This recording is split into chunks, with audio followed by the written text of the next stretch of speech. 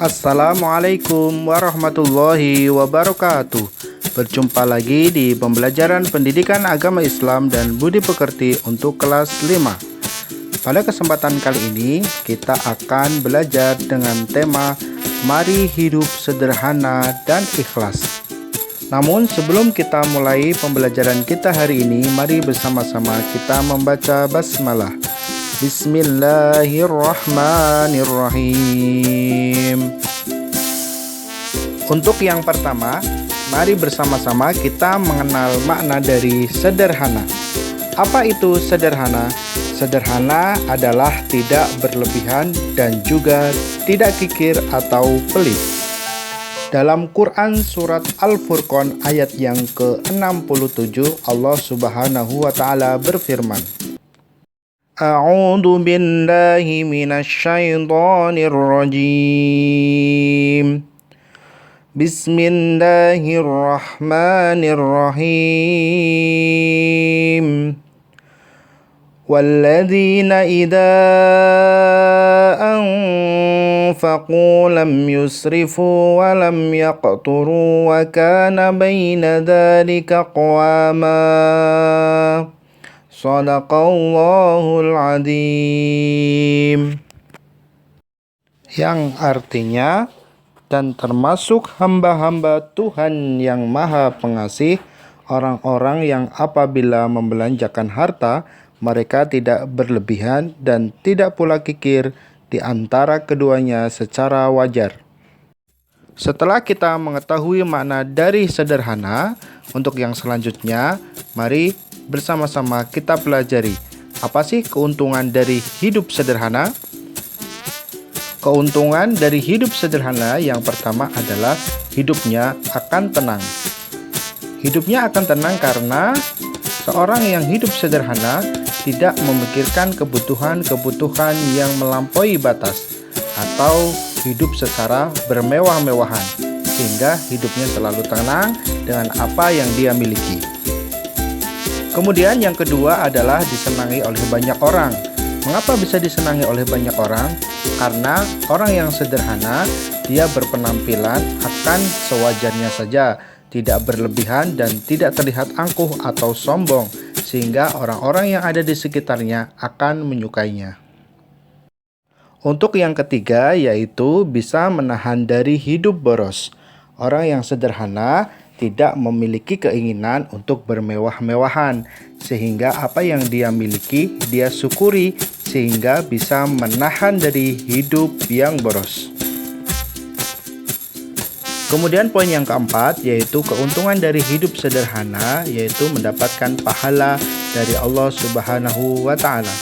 Karena orang yang sederhana termasuk kategori hamba-hamba Allah yang dikasihi. Kemudian keuntungan hidup sederhana yang kelima adalah tidak akan mengambil hak orang lain atau mengambil barang milik orang lain, karena hidupnya sudah merasa cukup sehingga dia tidak ingin memiliki barang-barang yang mewah yang dimiliki oleh orang lain. Untuk perilaku terpuji yang selanjutnya adalah ikhlas. Apa itu ikhlas? Ikhlas maknanya bersih. Apa maksudnya? Bersih dari kotoran, bersih dari sifat ingin dipuji atau ingin mengharap imbalan dari orang lain. Karena ikhlas itu tidak nampak dan tidak boleh ditampakkan. Jadi bersih dari segala kotoran. Dalam hadis Rasulullah SAW bersabda, sesungguhnya Allah tidak memandang kepada rupa kamu, juga tidak memandang kepada harta kamu, akan tetapi Allah melihat kepada hati dan amalan kamu. Hadis riwayat Muslim. Nah, pada hadis ini diterangkan bahwa Allah Subhanahu wa taala tidak memandang rupa kita, tidak juga memandang harta kita, akan tetapi Allah Subhanahu wa taala melihat keikhlasan hati kita atas amalan yang kita lakukan. Amalan yang kita lakukan benar-benar karena Allah Subhanahu wa taala, atau ada kotoran atau penyakit hati sehingga kita menjadi riya, menjadi pamer kemudian kita menjadi sombong karena kita sudah melakukan kebaikan. Karena ada kotoran-kotoran di dalam hati kita itulah yang membuat amalan-amalan kita tidak diterima oleh Allah Subhanahu wa Ta'ala.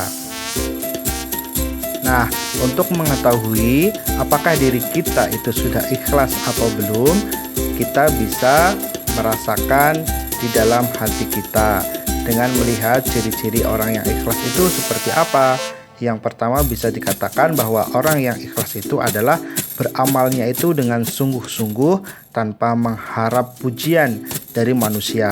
Apabila kita masih mengharap pujian dari manusia sedikit apapun itu, maka kita termasuk orang-orang yang belum ikhlas.